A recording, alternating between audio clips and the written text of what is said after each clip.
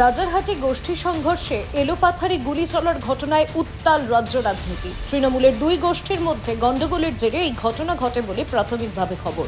রাজারহাট নারায়ণপুর দক্ষিণে প্রাক্তন বিধায়ক সব্যসাচী দত্তর অনুগামী আজাদ বাবার উপর গুলি চালানোর ঘটনায় দুজনকে গ্রেফতার করে নারায়ণপুর থানার পুলিশ। এই ঘটনায় এখনো মূল অভিযুক্ত শেখ আজাদকে ধরতে পারেনি পুলিশ। এই প্রসঙ্গে আজাদ বাবা ঠিক কি বলছেন শুনুন। প্রশাসন থেকে দাবি আছে যে আমার উপরে অ্যাটাক হয়েছে আর অ্যাটাক করেছে তাপস চ্যাটার্জি। প্রশাসন এই জিনিসটা দেখে কি করা যায়।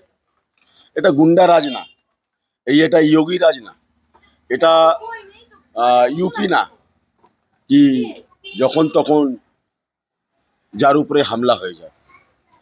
ঠিক আছে, এটা মমতা ব্যানার্জি আছেন, দিদি আছেন, হ্যাঁ দেখবেন, আর প্রশাসন যা আছে দেখবে।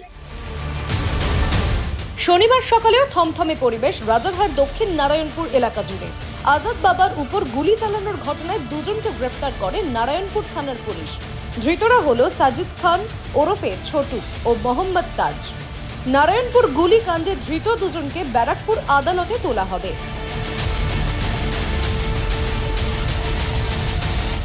যতক্ষণ না মূল অভিযুক্ত গ্রেফতার হচ্ছে ততক্ষণ এই পরিবেশ থাকবে বলে স্থানীয় লোকেদের দাবি। আজ ঘটনাস্থলে ছড়িয়ে রয়েছে ভাঙচুর হওয়া জিনিসপত্র। এখনো আতঙ্ক কাটেনি বাসিন্দাদের। Bureau report, news poll Bangla.